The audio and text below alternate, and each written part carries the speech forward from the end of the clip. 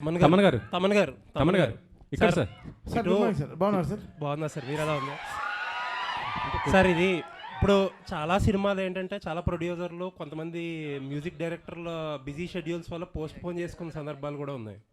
మీరేంటారా అంటే సంక్రాంతికి ఆల్రెడీ 2 సినిమాలు ఉన్నాయి, మీకు 2 బిగ్ సినిమాలు. అలాంటిది ఇప్పుడు పుష్ప 2 కూడా ఎత్తుకున్నారు. అసలు ఎక్కడ టైం సరిపోతుంది ఇవన్నీ? నేను ఒక పార్ట్ చేశారు పుష్ప 2లో, మొత్తం బాధ్యత తీసుకోలేకపోయాను. ఎందుకైతే చాలా పెద్ద సినిమా అది అండ్ టూ మచ్ బిజినెస్లీ ఇన్వాల్వ్డ్. మన ప్రొడ్యూసర్స్ని దృష్టిలో పెట్టుకోవాలి. మనం ఛాలెంజ్గా తీసుకోవచ్చు కొన్ని విషయాలు, బట్ అట్ సేమ్ టైం మనం భయపడాల్సిన విషయాలు చాలా ఉంటాయి. 15 రోజుల్లో మనం ఎలా మొత్తం సినిమా కంప్లీట్ చేయగలం. చాలా గొప్ప సినిమా, నిజంగా నేను సినిమా చూసాను, చాలా గొప్ప సినిమా. బట్ నేను ఒక పార్టీ చేయగలిగాను, అది డైరెక్టర్ గారు, హీరో గారు చాలా హ్యాపీ అండి. అసలు మీరు అంటే మీరు ధైర్యంగా చేసేస్తున్నారు, మీ ప్రొడ్యూసర్స్ని కూడా ధైర్యంగా ఉంచుతున్నారు. అది బ్యూటీ ఆఫ్ దిస్ ఫిల్మ్. అంతే కదండి, ప్రొడ్యూసర్స్ అనేవాళ్ళు మనకి మదర్స్ లాగా, వాళ్ళ they are like so important. వాళ్ళు లేకుండా మన ఇండస్ట్రీ ఇలా జరుగుతుంది. వాళ్ళకి రిలీజ్ డేట్స్, వాళ్ళకి ఎన్నో లాజిస్టిక్స్ ఉంటాయి, దానికి తగినట్టు మనం పనిచేయాల్సిన సిచ్యువేషన్స్ ఉంటాయి.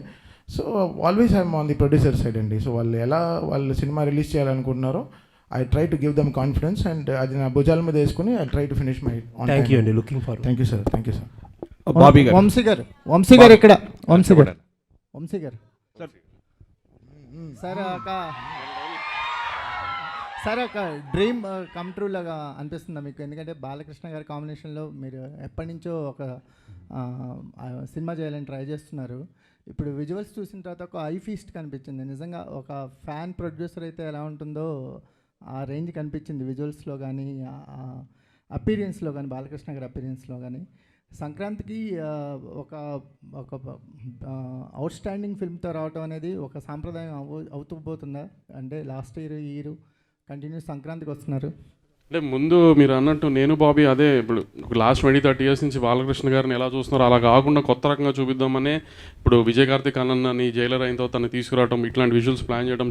బాబీ చెప్పినట్టు ఇది అసలు మీకు నథింగ్. సినిమాలో ఒక 5 బ్లాకులు, నేను 5 బ్లాకులు చూశాను. థియేటర్లు రేపు మామూలుగా ఉండదు, ఒక 5 బ్లాకులు సినిమాలో. ఇది అసలు మీకు నథింగ్. చిన్న చిన్న చిన్న అన్నింటిలో చిన్న చిన్న ముక్కలు కట్ చేశాడు బాబీ ఊరికే మీకు చూపిస్తానికి.